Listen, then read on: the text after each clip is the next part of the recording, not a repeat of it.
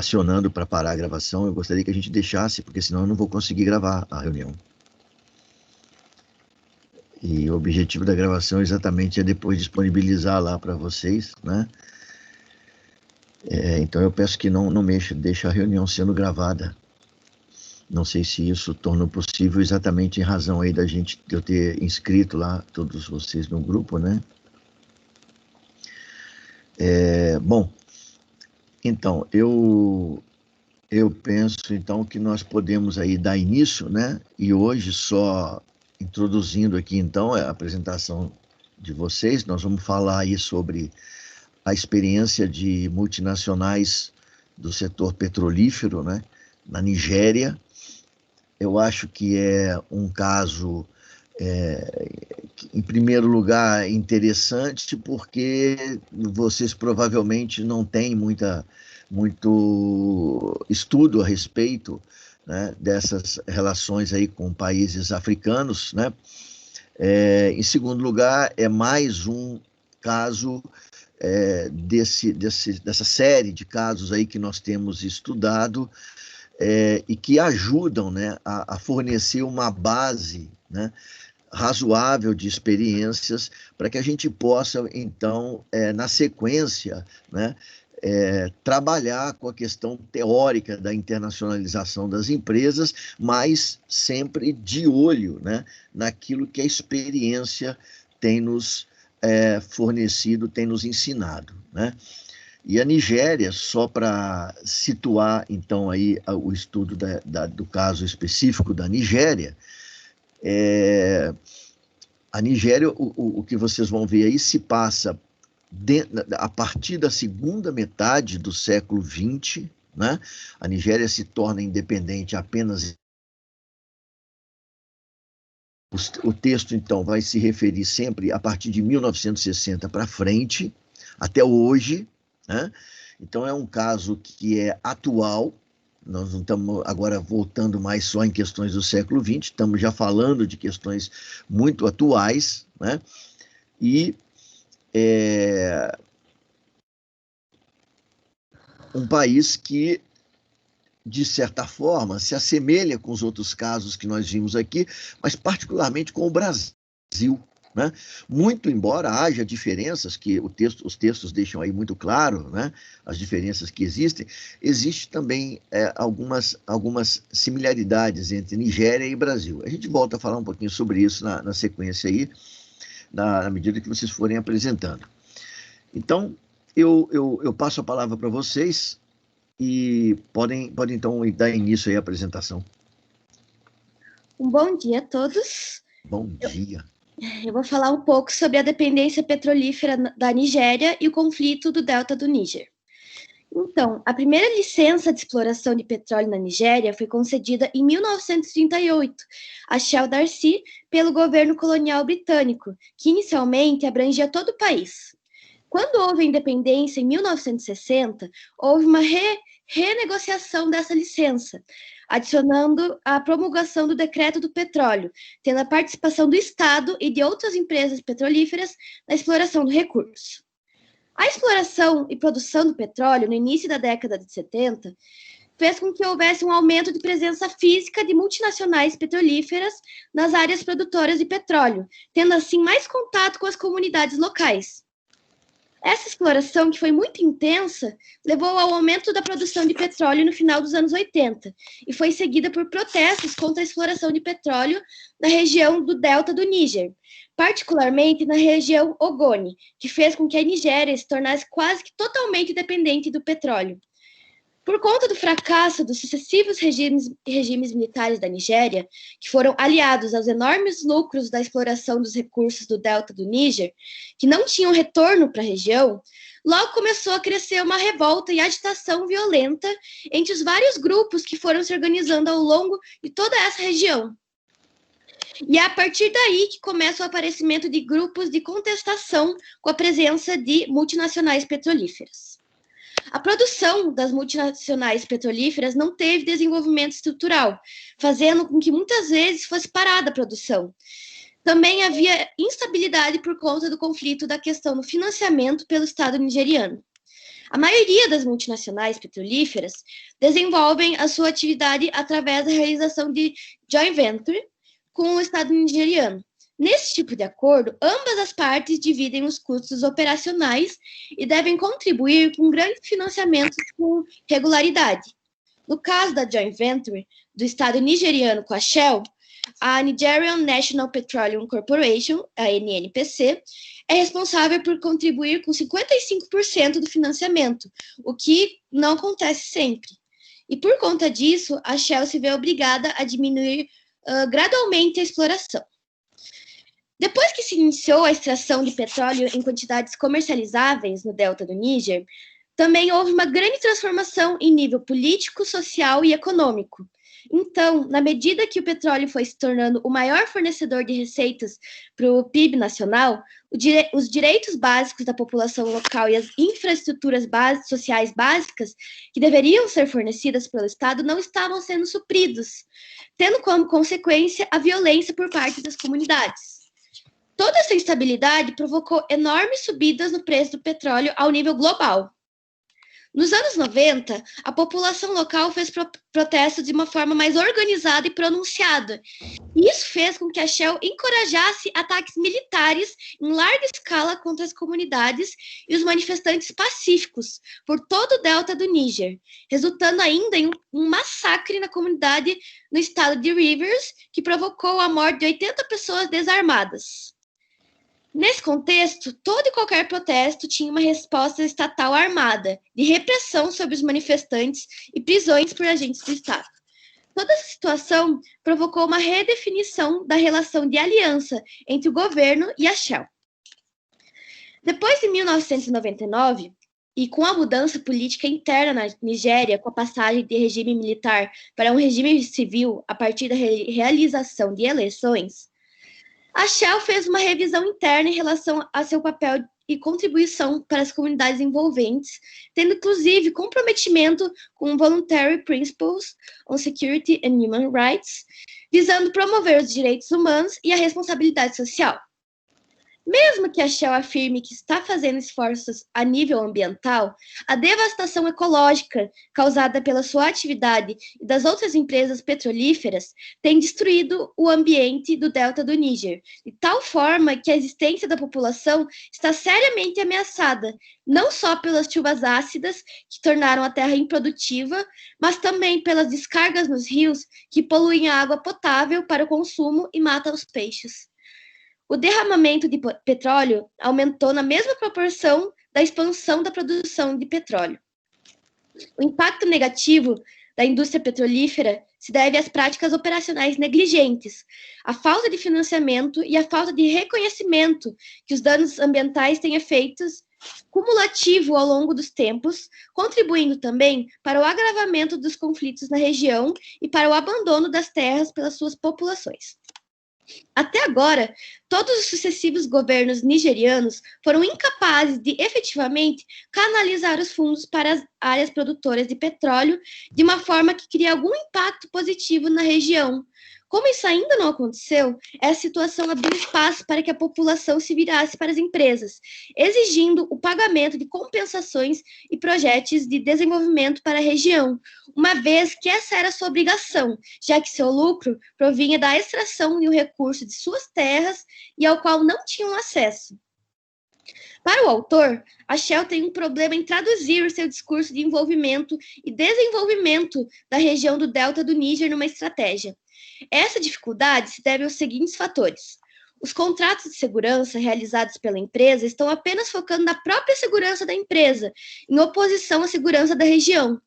Aceitação de práticas corruptas em relação aos derramamentos de petróleo e às avaliações do impacto ambiental decorrente da atividade da empresa, o enorme falhanço em parar as queimas de gás, os constantes problemas relacionados com o uso continuado de gasodutos e oleodutos velhos e ferrugentos, tal como a exploração massiva do petróleo independentemente dos enormes riscos para os humanos e para o ambiente.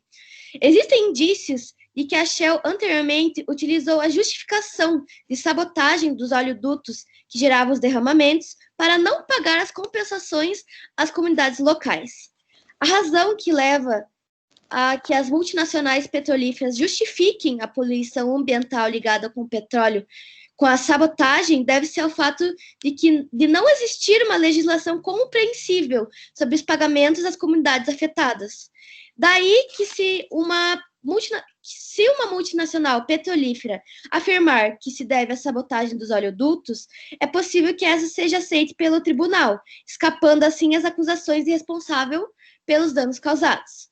Essa situação é passível de suceder devido à falta de legislação relativa ao ambiente que deve ser seguidas pelas multinacionais presentes no país, faz com que seja permitido situações de desresponsabilização das empresas.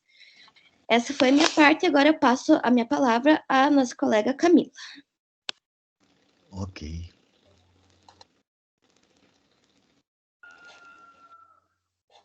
Então, como a Isadora falou, que a gente está abordando e o que é mais proeminente no texto, todos que foram passados, né, é a questão das crises socioambientais, desses conflitos socioambientais e como a implementação das multinacionais construiu as estruturas para que eles se perpetuassem ao longo do tempo, né.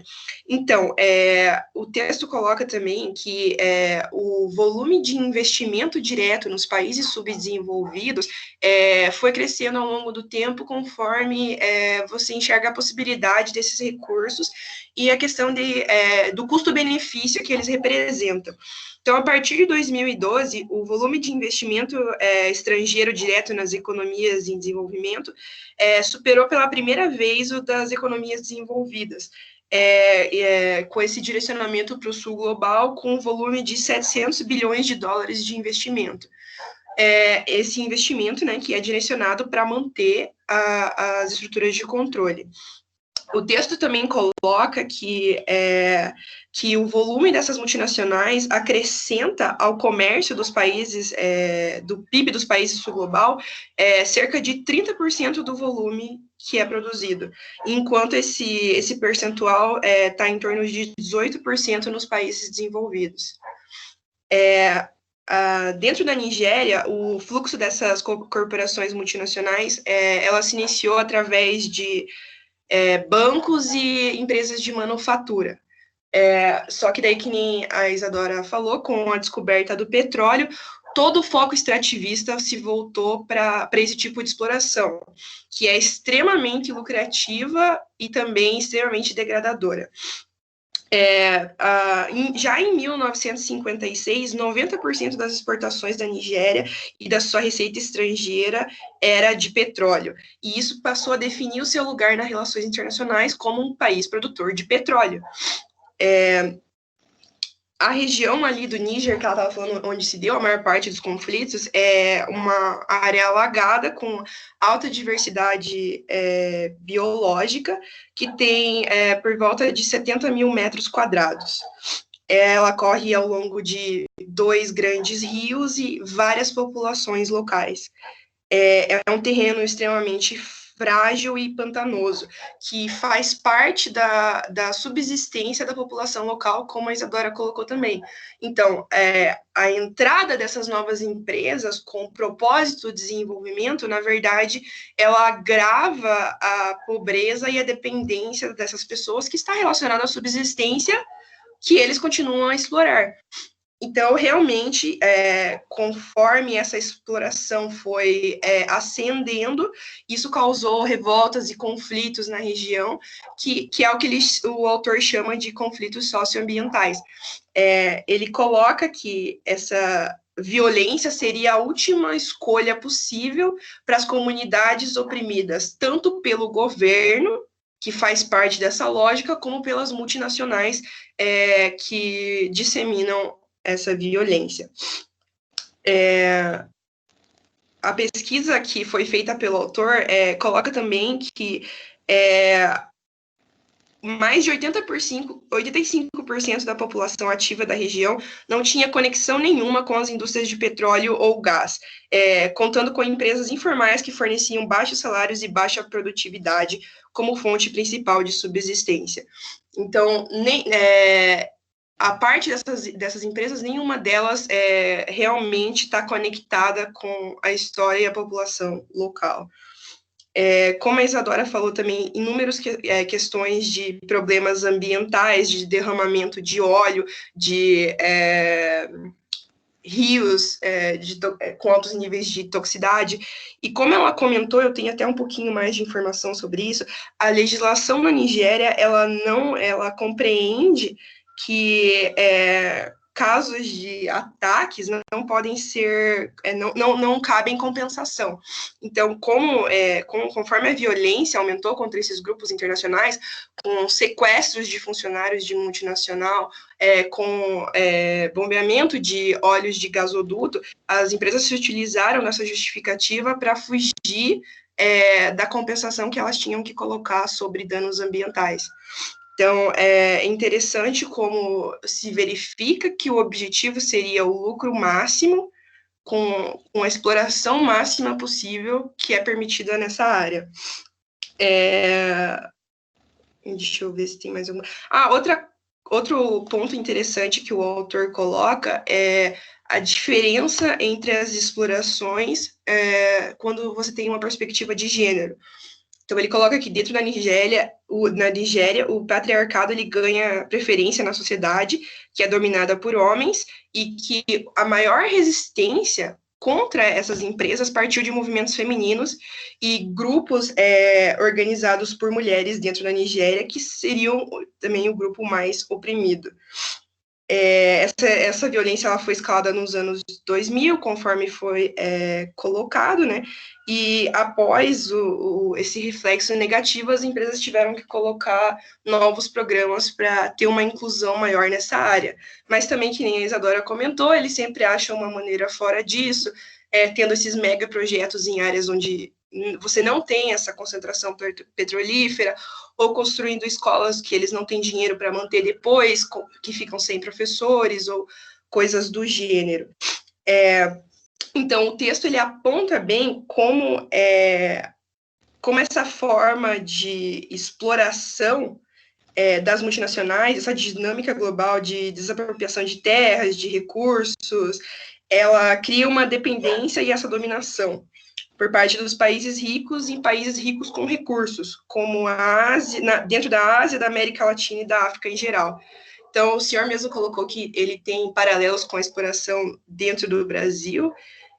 Sim, eu concordo, eu vejo que realmente você tem essa força máxima, esse ímpeto de exploração, mas dentro da Nigéria é interessante ver como isso afetou a subsistência e o estilo de vida da população como um todo ao longo dessas décadas, sem qualquer baixas transformações ao longo desse período.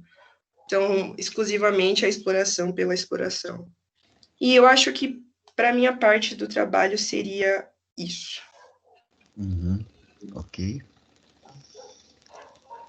João consegue apresentar? Será que o João consegue? Ou não está aqui presente?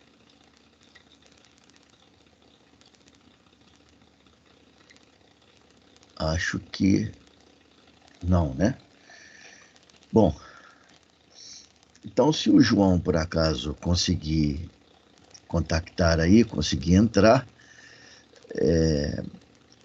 e quiser tomar a palavra... Eu mandei uma mensagem para ele, prof. Tá bom. Te aviso se ele responder. Ok. Mas se ele querendo, ele conseguindo entrar, fica à vontade, pode inclusive me interromper a qualquer momento. Aliás, antes mesmo de eu falar, eu gostaria de perguntar para os colegas que estão aqui presentes, né, que estão aí acompanhando a apresentação da Camila e da Isadora, se eles têm alguma consideração a fazer, algum questionamento, né, sobre o que foi falado aqui.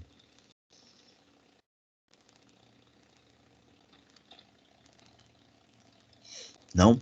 Então, eu vou... Prof, o João falou que ele não está conseguindo entrar na live. Não está conseguindo entrar. Uhum. Aham. Deixa só eu ver se eu consigo. Ele queria saber se ele poderia apresentar amanhã.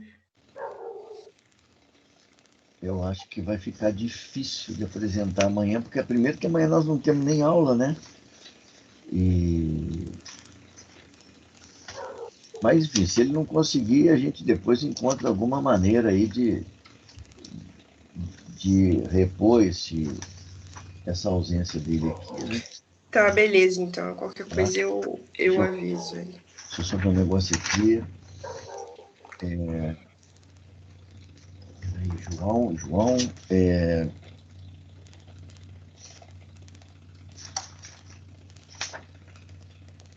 deixa eu ver o número dele aqui. Ele é 698, ele está aqui.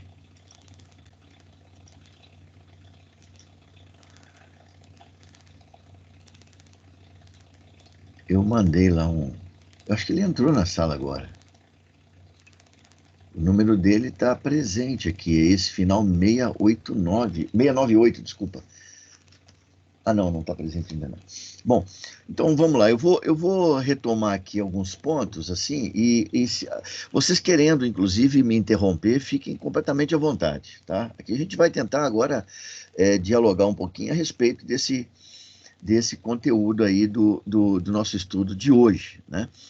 Então, veja, eu sempre gosto de fazer duas coisas, assim, nessas nossas apresentações aqui, que me parecem importantes. A primeira delas é contextualizar um pouquinho historicamente esse caso específico aí que nós estamos estudando hoje, né? Esse caso aí, portanto, ele está localizado temporalmente, né? Ele está localizado ali entre o final do século XX, né? Vamos dizer ali as 4 últimas décadas, e o início do século XXI, né? Um período em que o capitalismo industrial ele já está perfeitamente consolidado, avançado, o processo de industrialização já avançou, inclusive para países ditos periféricos, né? Como os países latino-americanos, né? Alguns deles também na Ásia, e, consequentemente, como o petróleo ele é a base da matriz energética mundial, ele tem uma importância central dentro da economia mundial, dentro do sistema internacional, né? E a Nigéria é exatamente isso, um país muito rico em reservas petrolíferas. Um segundo elemento que seria interessante a gente mencionar, no caso específico da Nigéria, é que as relações das empresas transnacionais com a Nigéria, elas refletem uma continuidade de laços econômicos e políticos que já vem do período colonial, né? E a Grã-Bretanha e a Holanda, desde o período colonial, já tinham ali um controle absoluto, praticamente, sobre as riquezas do país, porque a Grã-Bretanha era a metrópole, né, a colonizadora, e fez algumas concessões, inclusive em parceria, né, com a Shell, né, a Royal Dutch Shell, né, que é uma capital misto entre britânicos e holandeses, né? Então, são relações que são herdadas, né, e têm continuidade desde o período da colônia. Terceiro, um elemento importante é que a Nigéria independente, ela é um mosaico étnico, né? Étnico, cultural e religioso, né? Formado por povos que não são integrados, né? O que constitui, na verdade, um terreno extremamente propício para a atuação das empresas transnacionais, no sentido que elas possam defender os seus interesses, acirrando as rivalidades que já existem entre aqueles povos locais, né? são elementos importantes do contexto em que as coisas ali vão acontecer, né?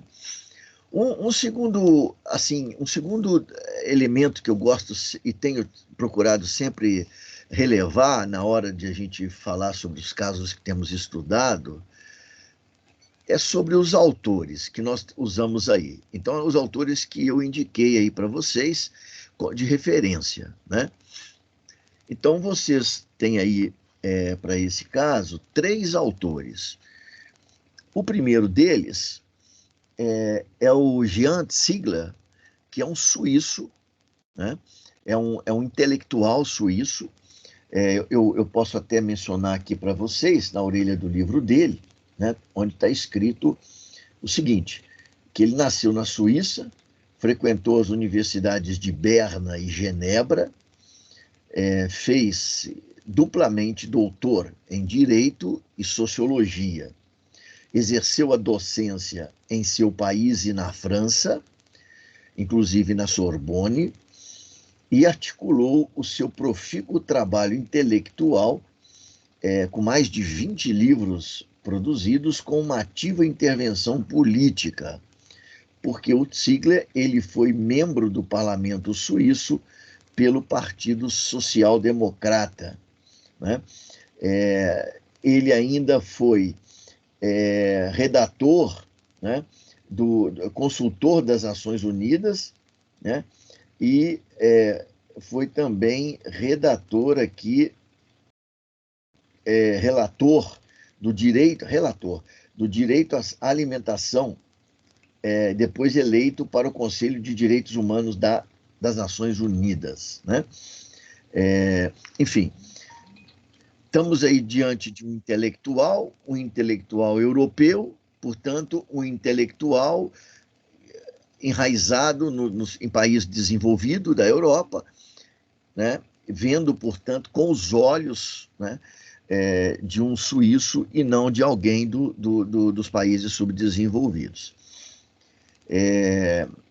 Um segundo texto que vocês têm aí é o texto da Ana Sofia Oliveira, que eu particularmente aí não conheço a autora, mas trata-se de um capítulo de um trabalho de mestrado defendido na Universidade de Coimbra, em Portugal, né? Então, aparentemente, eu considero que é um trabalho assim qualificado, porque passou por uma avaliação de mestrado, de professores, etc., uma universidade europeia, né? Então, me parece também um trabalho qualificado, isento para falar sobre o assunto. E, finalmente, eu ofereci para vocês aí um terceiro autor, que é um nigeriano, um professor nigeriano, né, que vive na Nigéria, trabalha na Nigéria, é um historiador, né? Então, a gente tem também a possibilidade de ter contato aí com uma visão desse caso específico a partir do olhar de um nigeriano, né, que talvez seja a coisa mais importante que exista, muito embora haja sempre aí, né, no caso de ser um nigeriano, a possibilidade de ele ser acusado, né, de ter interesse direto, né, no caso, né, como se os demais não tivessem, né?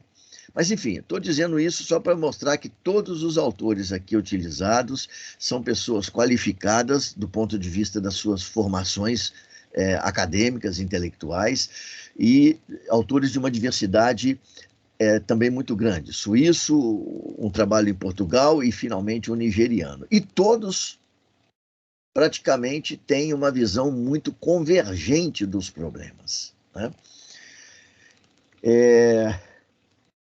Bom, isso posto, eu diria o seguinte, que esse estudo com relação à Nigéria, na verdade, se a gente olhar para todos os textos que tiveram aí disponíveis para vocês, nós vamos perceber que a gente talvez possa sintetizar, digamos assim, o todo, né, esse material todo que nós podemos ler, dizendo que esses textos, na verdade, eles tratam de um relato, né, sobre a atuação das empresas transnacionais num país, né, num país com enorme riqueza na forma de recursos naturais e, portanto, que se torna aprisionado em um estado de subdesenvolvimento e pobreza generalizada, né? Eu ousaria até dizer que essa tem sido a tônica dos estudos que nós temos feito aqui, né? Países geralmente ricos em recursos naturais, principalmente, mas que acabam, em razão da presença das transnacionais, aprisionados num estado de subdesenvolvimento e pobreza generalizada. A Nigéria, portanto, é mais um caso, e não... Professor, Oi. Agora que você falou, achei bem interessante. Lembrei que você falou das continuidades, de como as multinacionais são uma continuidade do poder colonial. É interessante falar da Nigéria, como também você vê essa continuidade com as forças militares, dos governos que também têm posições estratégicas dentro desses governos, e eles fazem aquelas empresas de segurança que são quase que milícias, né, dentro da Nigéria para proteger as multinacionais que têm postos de petróleo exclusivamente na região do Delta do Níger. Sim, sim, claro. Claro, isso é muito importante. Vamos voltar a tocar nesse assunto, Camila. Mas eu queria só então reforçar que a Nigéria não é, portanto, um caso à margem, não é um caso único. A Nigéria, na verdade, ela vem compor aqui esse nosso quebra-cabeça, né? De países que são ricos em recursos naturais, portanto, possuem um enorme potencial para o desenvolvimento econômico, social, mas ficam aprisionados por conta da presença das multinacionais, né? Eu me recordo, falando sobre isso, eu me recordo de, em algum momento, né, das aulas aí, eu não me lembro exatamente em que disciplina, se foi na disciplina de empresas transnacionais ou se foi na disciplina de economia política internacional, mas eu me lembro de, em algumas ocasiões aí do passado recente, em que alguns alunos diziam que as empresas transnacionais, elas eram a única alternativa de desenvolvimento, né, para os países subdesenvolvidos, como o Brasil, por exemplo, e onde elas não estavam, o resultado era um grande atraso, né? E citavam, por exemplo, para mim, citavam geralmente Cuba. Olha Cuba, professor. Cuba se fechou para o capital transnacional e olha o que é Cuba, né? Você veja que como as coisas, né, como a mentalidade ela está enraizada, né, em razão do próprio da própria domínio, né, de uma determinada ideologia no país, né? Porque essas pessoas, quando veem, por exemplo, esses casos da África aqui, seja da África do Sul, seja da Nigéria ou qualquer outro que pegar, elas não se tocam que esses países são exemplos de países onde as empresas transnacionais se fazem muito presentes. A África não é atrasada, não é um continente destruído, à deriva, pela ausência do investimento multinacional. Ela é tudo que ela é, de atraso e de destruição, e não é só a África, não. Estou citando porque nós estamos falando disso aqui agora. A América Latina é a mesma coisa. O que nós temos aqui, na verdade, é o resultado exatamente da empresa transnacional, que é um atraso, né? Cuba, se a gente levar em consideração que trata-se de uma pequena ilha, vitimada, inclusive, por ações criminosas, que eu estou me referindo aqui ao bloqueio comercial, por exemplo, Cuba conseguiu enormes coisas. Um país tão pequeno, sem recursos, dependente praticamente ali, não tem nem petróleo, dependente praticamente ali da plantação de açúcar e tabaco, e conseguiu resolver problemas da educação do seu povo e problema da saúde do povo. Né? As pessoas se esquecem, às vezes, que a África é um capitalismo dominado por transnacional e que isso tem que entrar na leitura da história do capitalismo. Né? A gente vai falar um pouco mais sobre isso daqui a pouco. Mas, enfim, essa é a síntese aí do que os autores falam. Roger, é Oi. interessante falar como que nem você disse que a justificativa do desenvolvimento ela é completamente ilusória e o que, na verdade, você tem são empresas com objetivos exclusivamente extrativistas, de maximização do lucro única e exclusivamente dentro desses países com abundância de recursos. Uhum. Verdade, verdade. Inclusive, o autor aí, o nigeriano, o professor nigeriano, no final do texto dele, ele expressa ali aquilo que é um dilema, né? O dilema vivido pelos países do hemisfério sul, pelos países subdesenvolvidos, né? Porque dizem para nós que nós não temos os meios suficientes para promover a exploração econômica dos nossos recursos e que por isso nós necessitamos da presença das empresas estrangeiras multinacionais que são detentoras de tecnologias, etc, etc, etc. E aí nós convidamos as empresas para virem para cá para colocar aqui em prática todo um processo de exploração dos recursos naturais detidos pelas regiões aqui do Hemisfério Sul. E, no final das contas, toda essa riqueza ela é transferida para o norte e nós continuamos tão pobres como se não tivéssemos produzido nada, porém, cada vez com menos recursos naturais, porque eles são arrancados do continente, né? E ele mostra isso aqui como sendo um grande dilema dos países subdesenvolvidos. Né? E aí é um fato, e tem a ver exatamente com isso que você comentou, né, Camila? E então, agora tendo posto essas questões aí, que me parecem muito importantes, eu queria agora olhar para algumas questões aqui pontuais que vocês, inclusive, tanto a Isadora quanto a Camila, chamaram a atenção aqui na hora que fizeram a apresentação.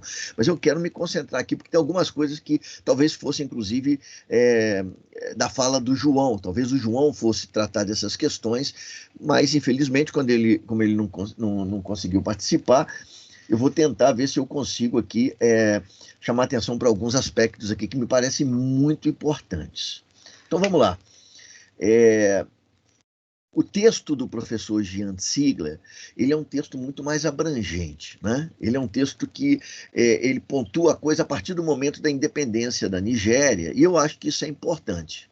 Importante pelo que vai acontecer. Então, veja, a Nigéria se torna independente, mas ela continua com os vínculos, né, econômicos com as multinacionais que vêm, como a gente comentou, do período da colonização. E logo depois de se tornar independente, o texto narra para a gente que o primeiro presidente da Nigéria, atendendo, evidentemente, a uma perspectiva política extremamente inteligente e que não tem nada contra os interesses de multinacionais. O que ele fez? Ele concedeu, né, a empresas francesas, ou principalmente a uma delas, a Elf, né, ele concedeu a uma multinacional francesa o direito de explorar petróleo também em uma determinada região da Nigéria. Qual era o interesse do presidente da Nigéria? Prejudicar alguém? Não, prejudicar ninguém. A Nigéria, os recursos são nigerianos, a Nigéria é um país independente, ela pode fazer com os recursos dela o que ela quer.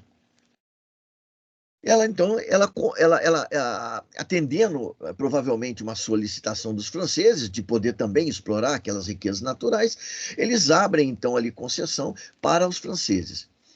Acontece que os ingleses e os holandeses tinham um domínio absoluto do país, das riquezas do país. E eles não queriam compartilhar aquilo com os franceses. E eu te pergunto, o que a Nigéria tem a ver com isso? Nada. Né? E o que acontece? Acontece que vai haver um golpe de Estado o texto narra, um golpe de Estado em 66, portanto, 6 anos após a independência, a Nigéria estava começando a engatinhar e leva uma bala na cabeça, um golpe de Estado. E ali é instituído um governo militar, autoritário, ditador. Eu estou chamando a atenção disso, por quê? Porque, primeiro, nós já falamos em todos quase os textos que nós vimos aqui em golpe de Estado. Em alguns fracassou, em outros vingou, né? Então, aqui vingou de novo. Houve um golpe de Estado, e não só o golpe de Estado, mas a consequência do golpe de Estado na Nigéria foi a efetivação de governos militares e autoritários. Eu estou chamando a atenção porque a gente precisa superar a mentalidade colonizada de que somos nós quem gostamos de governos autoritários no Brasil. No Brasil e na América Latina e no mundo subdesenvolvido. Quem implantou ditaduras, quem deu golpes de estados no Irã, na Nigéria, na Índia e por aí vai, foram os europeus e os americanos. São eles que adoram ditaduras contra os povos que eles pretendem dominar. Bom, a consequência é que, dessa vez, o golpe de Estado afetou os interesses de uma outra potência, que era a França. Uma outra potência europeia ocidental, rica. E aí o texto diz claramente para a gente que os franceses vão financiar, aproveitar exatamente desse contexto de um país fracionado em múltiplas etnias e religiões. Eles vão financiar líderes étnicos de uma determinada região, do sul da Nigéria, e esse líder vai se levantar reivindicando a autonomia, financiado pelos franceses. E dessa reivindicação e desse levante tribal popular, vai desencadear a famosa Guerra do Biafra. A Guerra do Biafra, ela foi uma guerra financiada e realizada por ingleses, holandeses e franceses. E o resultado dela está no texto. 2 anos e meio de guerra, 2 milhões de mortos. Veja, vocês são estudantes de relações internacionais, estão no 8º período. Vocês já conheciam sobre a Guerra do Biafra?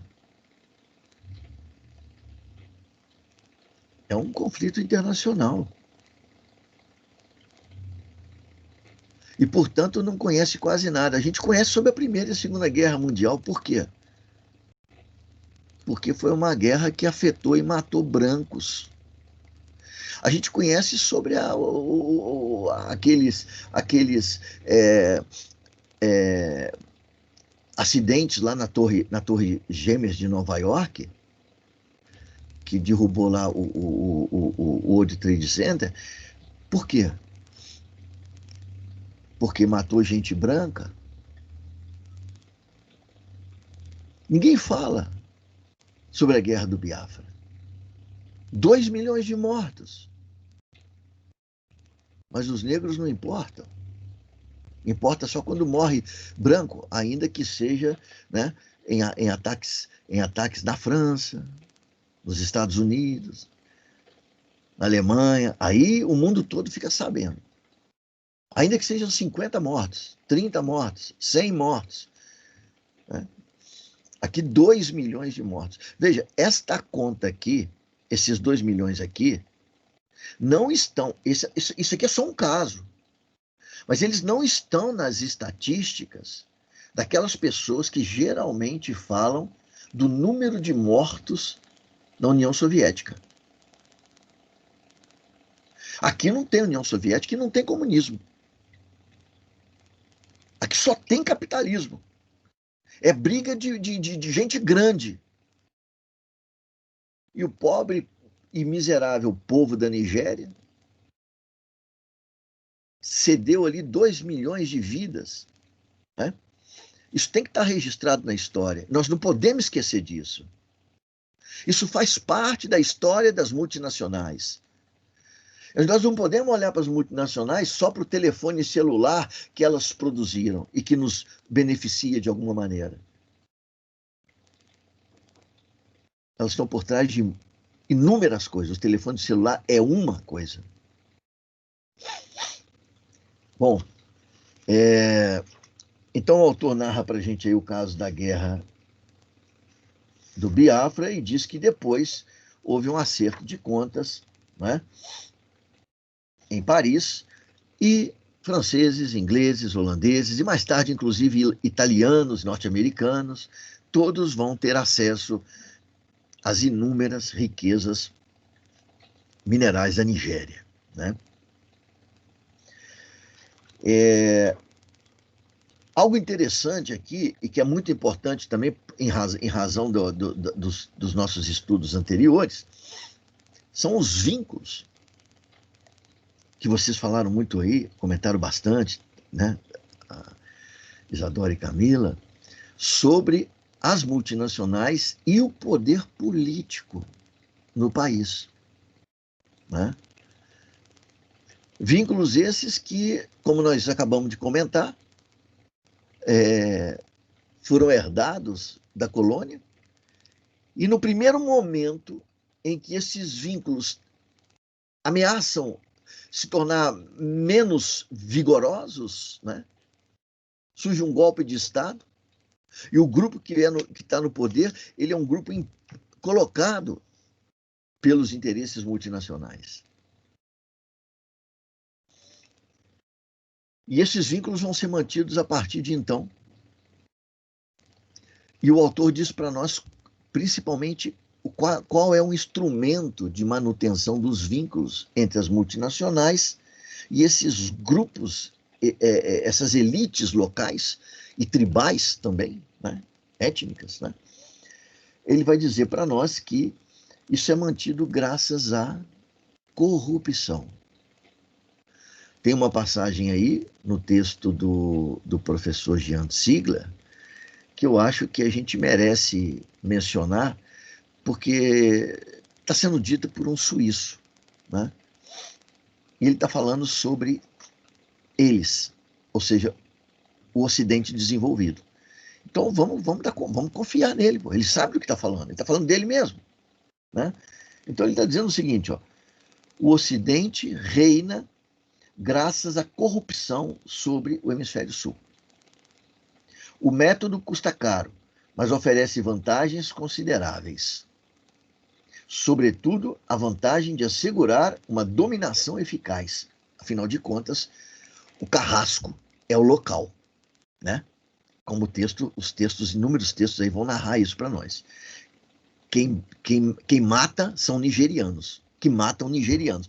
Ou não apenas nigerianos matam, também os povos ali que circundam a Nigéria, todos eles também tão miseráveis quanto os nigerianos, são facilmente mobilizados para forças milicianas, como a Camila bem comentou aqui, né? Então ele diz, ó, é uma dominação eficaz. A corrupção destrói efetivamente o elo de confiança entre os cidadãos e o seu governo. Ela gangrena e enfraquece o Estado.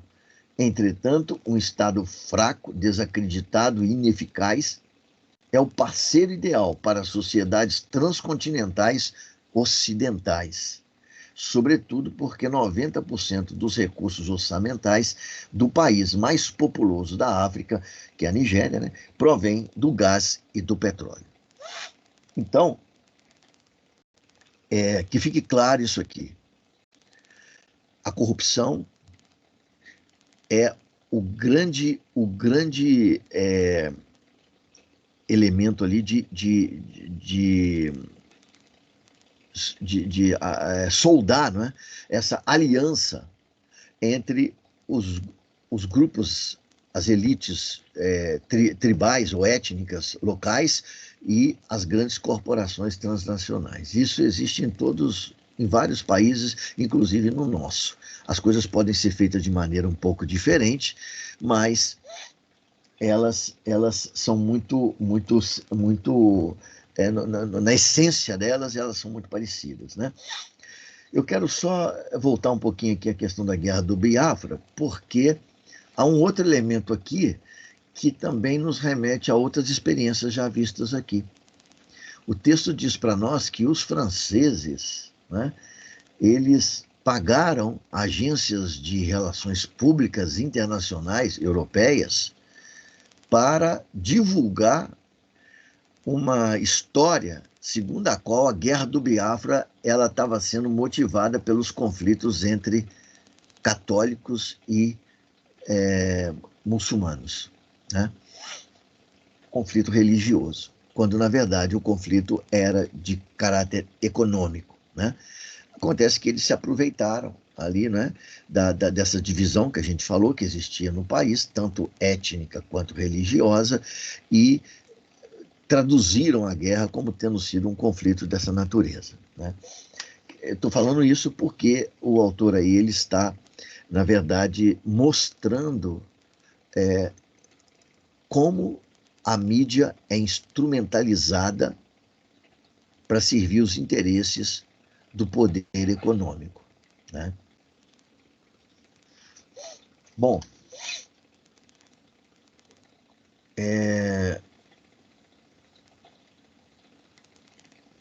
vocês chamaram muita atenção pelo impacto, os impactos sociais e ambientais das atividades das multinacionais lá na Nigéria. E também chamaram muita atenção para o fato de que a exploração do país não se traduz em desenvolvimento, pelo contrário, né? Muito embora gere uma riqueza exorbitante. No texto do professor Jean Ziegler, ele menciona, ele dá números, né? Por exemplo, aos ganhos, né, da filial da Shell, né, lá na Nigéria. Em um único ano, no ano de 2007, estamos falando do século XXI,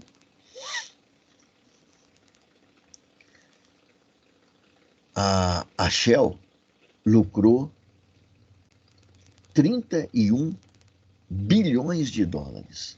Uma única empresa, em um único país, hiper pobre, teve um lucro de 31 bilhões de dólares. Neste mesmo ano, a ExxonMobil norte-americana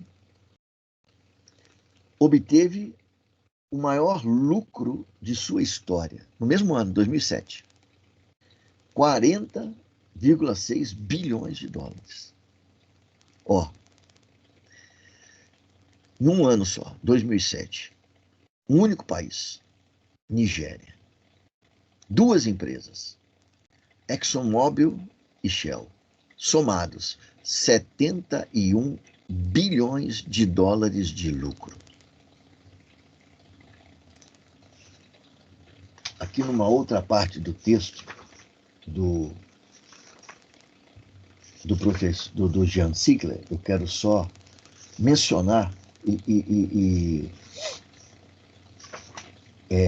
colocar lado a lado esses dados aí dos lucros dessas corporações com alguns dados apresentados pelo mesmo autor sobre a situação social da Nigéria. Diz aqui: a esperança de vida na Nigéria dos homens e das mulheres, indistintamente, é de 57 anos. Mais de 70% dos 140 milhões de nigerianos vivem no que o Banco Mundial chama de extrema pobreza, ou seja, com $2 por dia. 54% deles se encontram permanentemente em estado de desnutrição. A cada 10 crianças, uma morre antes de atingir a idade de 10 anos. A metade dos nigerianos é analfabeta. somente 64% das crianças em idade escolar frequentam a escola. Enfim, eu acho que esses dois dados refletem muito do que é a relação das ETNs com os países subdesenvolvidos.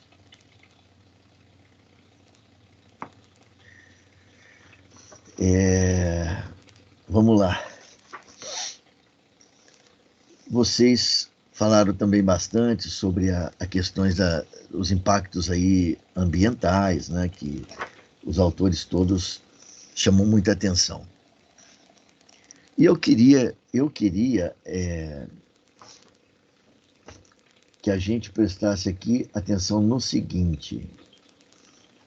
Eu também vou de novo aqui me reportar o texto do Jean Ziegler, né? Para falar um pouquinho sobre essa questão ambiental. Veja, o autor diz o seguinte: os poços produzem petróleo, mas com o petróleo vem o gás. Entretanto, esse gás contém venenos perigosos ao ser humano. O uso de filtros é obrigatório em países onde o Estado de Direito impera. Eles permitem a limpeza do gás antes que este seja liberado na atmosfera. Qualquer desrespeito a essas regras de proteção é punido com multas que podem chegar a vários bilhões de dólares. Mas, na Nigéria, o gás queima na boca das longas chaminés no delta, dia e noite.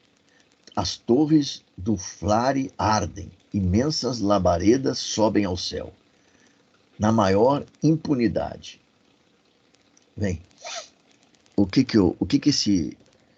esse texto aqui diz para nós? Porque, veja, tanto o Oluvatoyin, que é o historiador, o professor nigeriano, quanto a Ana Sofia, no seu trabalho de mestrado, falam para nós sobre os impactos ambientais da atuação das empresas transnacionais na Nigéria.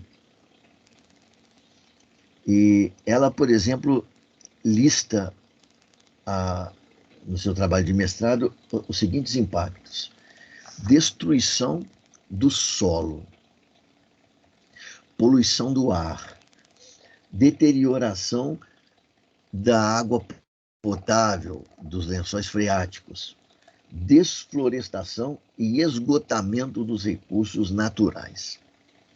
Bom, nós acabamos de ler aqui que nos países desenvolvidos, de onde vêm as multinacionais, elas são obrigadas a usarem filtros para impedir que a atividade de exploração e extração de petróleo provoque esses efeitos colaterais nocivos para toda a sociedade, não só para o meio ambiente, também para a vida das pessoas. Mas na Nigéria elas não usam. Olha, eu não sei, talvez eu seja, assim, eu tenho uma visão muito radical, não sei o quê, né, disso tudo, mas na minha cabeça as coisas se processam da seguinte maneira: essas empresas sabem do mal que elas geram sobre a vida da sociedade por aquele tipo de atividade econômica. Elas sabem, porque elas vêm de países onde isso já foi constatado e foi imposto a elas uma série de penas milionárias no caso de não respeitar as regras que são exigidas para proteger a sociedade. Aí elas vão para a Nigéria, vão para o Brasil, vão para não sei mais onde. E como se, na verdade,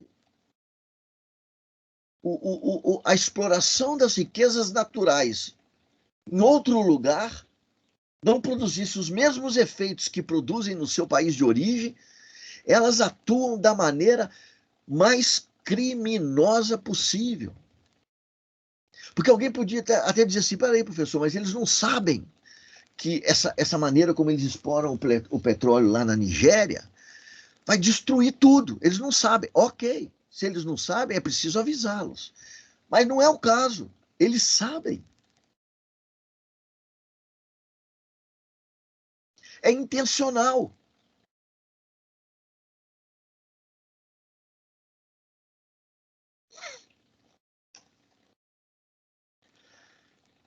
O autor fala para a gente no texto que os autores, né, de modo geral, falam que a exploração do solo, a exploração do petróleo, perdão, ela provoca efeitos nefastos sobre o meio ambiente, sobre o solo, sobre os lençóis freáticos, etc, etc.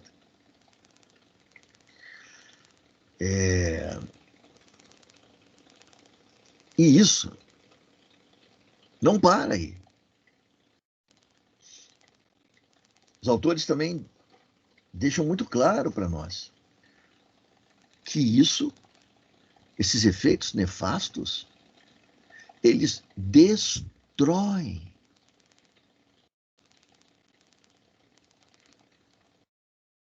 as formas de vida da população local, dos trabalhadores nigerianos. O solo contaminado inviabiliza a agricultura. As águas contaminadas inviabilizam a pesca.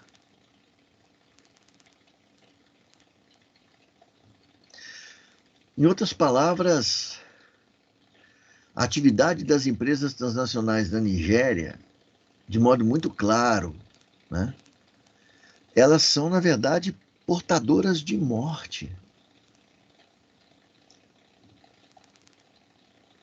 Elas levam a morte para aquele país. E conseguem se sustentar graças à aliança e à corrupção das lideranças nacionais, locais, nacionais, nem sei se posso chamar, porque não sei se a Nigéria pode ser considerada, assim como o Brasil também, não sei se podem ser considerados nações, né? São países,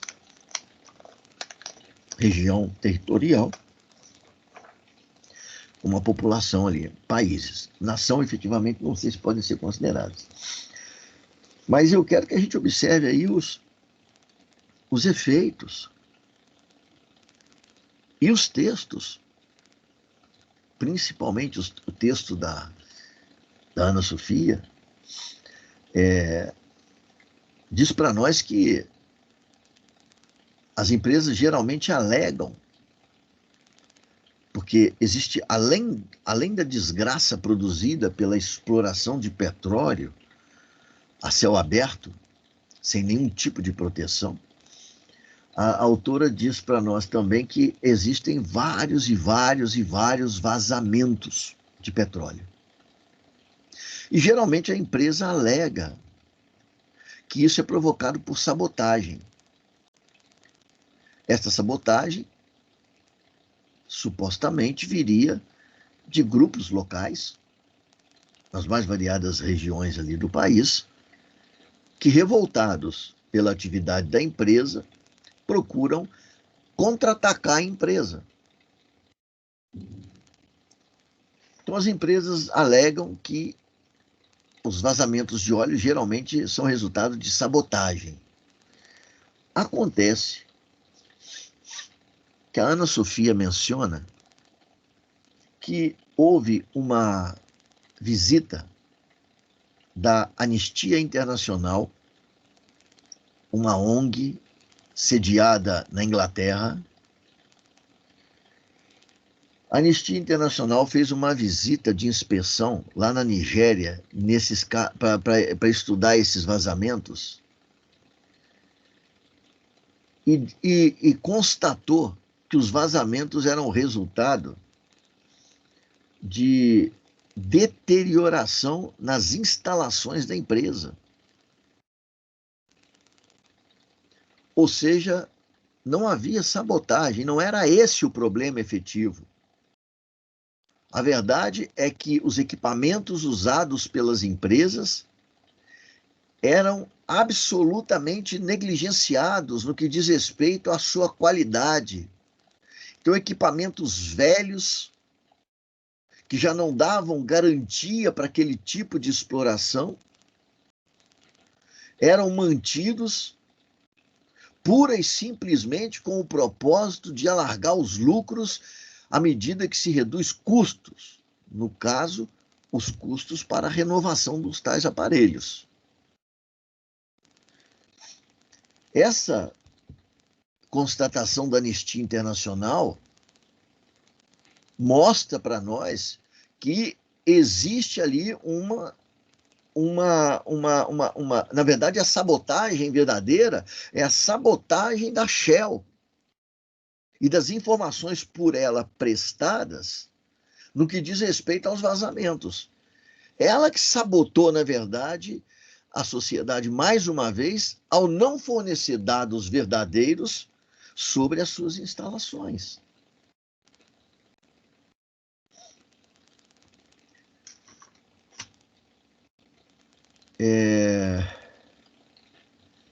Veja, a degradação produzida, a degradação ambiental e social produzida pela exploração da Nigéria por parte das transnacionais, ela alcança tal nível que afeta, como a Duda chegou a mencionar, né? Afeta diretamente a vida das pessoas, né? De tal maneira, né, que um dos textos aí, o texto da Ana Sofia, vai dizer para nós que a miséria é tão grande que o povo nigeriano ele passa a ver com bons olhos a ação das milícias. A ação das milícias que tentam combater o crime que se estabelece na sociedade por conta da miséria. Veja só a dinâmica. Isso é um processo dialético de desenvolvimento aqui. Ó. A exploração das ETNs destrói o meio ambiente, destrói o solo, destrói os lençóis freáticos, inviabiliza outro tipo de atividade econômica no país, produz muita miséria. E esses miseráveis, lutando pela sobrevivência, tornam-se criminosos. Ou seja, tentam sobreviver a partir do crime, do roubo, às vezes até do assassinato e tudo mais. Ou seja, a miséria desencadeia uma violência social atroz. A sociedade, as pessoas, que inicialmente foram vítimas dos efeitos das atividades das multinacionais, depois se tornaram vítimas da violência social produzida pelos efeitos das atividades transnacionais, elas passam a defender milícias criminosas que dizem estar em defesa da sociedade e por isso se propõem a matar aquela parcela de homens e eventualmente mulheres da sociedade que optaram pela criminalidade como forma de vida. Vocês não percebem que isso é igualzinho às milícias no Rio de Janeiro e em outras regiões do Brasil? Estão falando a mesma coisa.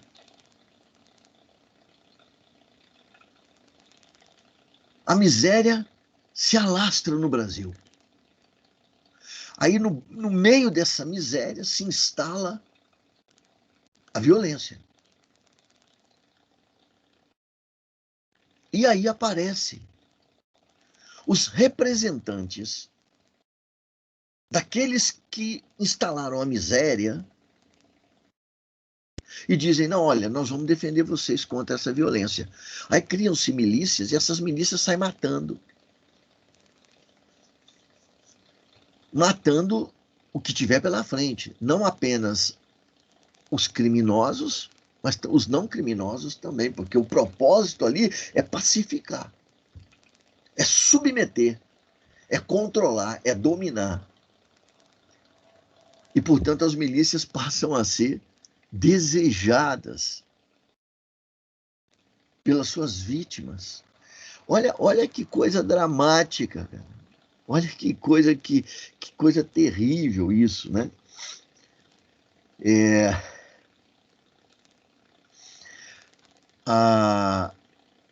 Os autores aí, tanto o Jean Ziegler como a Ana Sofia, falam sobre algumas operações criminosas de desvio de óleo.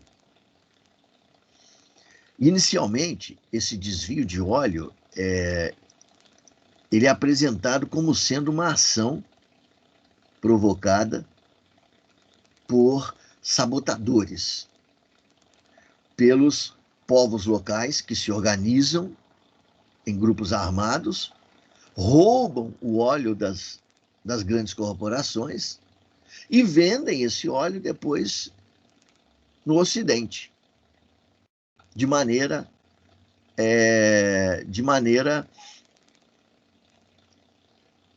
ilegal, né? Ilegal, ou seja, não pagam impostos.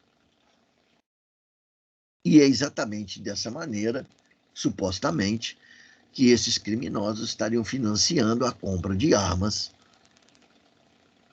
para financiar os seus ataques às empresas multinacionais. Só que a Ana Sofia, ela faz aí uma leitura um pouquinho mais rebuscada, né, dessa história, né? E ela diz para nós que esse tal roubo de petróleo para uma venda ilegal, sem impostos, na verdade, não é produzida pelos grupos locais de supostos criminosos. Ela é desejada, ela é organizada pelas próprias transnacionais, junto com o governo nigeriano. Ela diz que essas operações de roubo de petróleo, elas exigem equipamentos. Não é uma operação que se faz lá de qualquer jeito. Exige equipamentos. E esses equipamentos são caros. E os grupos locais, supostamente revoltosos, não detêm recursos para isso. Então, essa pesquisadora aí, a Ana Sofia, ela diz para nós que os tais roubos de petróleo não são roubos de petróleo. É resultado de um acordo entre as multinacionais e o governo nigeriano, que dessa maneira pega uma parte da produção e vende no exterior sem impostos. Ou seja, é um petróleo que pode, inclusive, ser vendido mais barato. Gera recursos com essas vendas para o exterior, e esses recursos são utilizados para a compra de armamento e equipamentos necessários para esse desvio do óleo, mas principalmente armamento para equipar as milícias e o próprio exército nigeriano contra os povos locais. Realmente uma história aí interessante essa que nós temos diante de nós aí com as empresas transnacionais da Nigéria. Aí tem mais um elemento, hein, que eu acho importante a gente ressaltar, que diz respeito à transformação de países africanos, principalmente os países ali que estão no Atlântico, né, portanto, no oeste, né, da África, principalmente, não apenas, principalmente, em lixos, em verdadeiras lata de lixo tóxicos, né? O autor fala sobre isso no texto, né? E os franceses, eles têm inclusive uma expressão para isso, eles já escreveram bastante sobre isso. E os franceses, eles têm uma expressão exatamente para essa questão de desovar lixo tóxico na África. Os franceses chamam os países africanos que fazem isso de país lata de lixo. Em francês, eles chamam de pays poubelle, les pays poubelles de l'Afrique. Então, veja, são países que, nas condições de miséria em que vivem, aceitam receber lixo tóxico do Ocidente, que o Ocidente não quer lá. Os Estados Unidos não quer esse lixo tóxico na América do Norte. A Europa não quer esse lixo tóxico na Europa, lixo que eles produziram. Então, eles pagam aos africanos para que enterrem esse lixo no seu subsolo. Eu não preciso nem dizer, né, como que o texto já explica, dos efeitos que esse lixo tóxico tem sobre as condições do solo desses países. Né? Mais uma forma, portanto, de degradação, de destruição da África, em benefício dos bons padrões de vida da Europa e dos Estados Unidos. É muito bonito, romântico, emocionante até. Nós falarmos das ótimas condições de vida, do elevado índice de desenvolvimento humano na Europa e nos Estados Unidos, e, ao mesmo tempo, dos péssimos índices de desenvolvimento humano do hemisfério sul. O que não se fala, geralmente, é como isso é feito. Em outras palavras, e sendo mais claro, o que não se diz é que as empresas transnacionais do hemisfério norte, dos países ricos, são os principais responsáveis pela destruição do hemisfério sul, com a conivência das elites locais, prostituídas, corrompidas.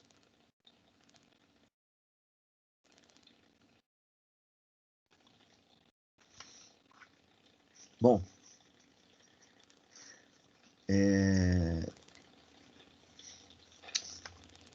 eu penso que a gente mais ou menos que conseguiu aí resumir um pouco do que esses textos tratam sobre a relação das empresas multinacionais ocidentais dos países desenvolvidos com a Nigéria. Sobre essa questão do lixo tóxico, eu gostaria só de lembrar vocês que o Brasil também já recebeu e talvez ainda receba lixo tóxico dos países desenvolvidos. Se vocês depois entrarem aí na internet e procurarem direitinho, vocês vão encontrar notícias de lixo tóxico sendo trazido ao Brasil. E muitas vezes as notícias vão alegar que esse lixo tóxico ele entrava de maneira ilegal no Brasil. Porém, é bom saber que a entrada desse lixo tóxico, tendo sido ela ilegal ou não, passou pelas autoridades do país. Se foi ilegal, houve corrupção. Não tem outra explicação, né? Então, mais uma vez, a gente vê presente aqui o elemento da corrupção, né? Bom, gente, eu não sei se, em razão aí de tudo isso aí que eu comentei, se alguém gostaria de fazer algum comentário, se alguém gostaria de acrescentar alguma coisa, em especial aí os colegas que apresentaram, né, no grupo. Se vocês teriam algum comentário, alguma pergunta a fazer sobre o que foi falado aqui hoje. Não, professor, acho que está bem tranquilo. Ok. Mas ninguém tem nenhuma dúvida, ninguém quer fazer nenhum comentário a respeito do que foi falado.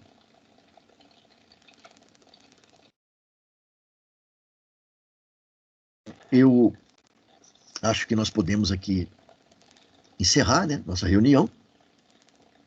E eu desejo para vocês todos uma ótima semana. E a gente volta, então, na quarta-feira, quando vamos, então, aqui dar início a um estudo sobre as teorias sobre a internet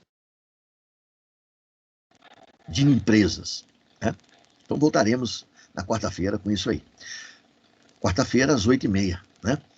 Então, gente, eu agradeço aqui a presença de todos que estiveram presentes e a gente se encontra, então, daqui 2 dias. Muito obrigado, um abraço para vocês e uma ótima semana. Igualmente, Professor, até quarta. Obrigado. Até, obrigado vocês.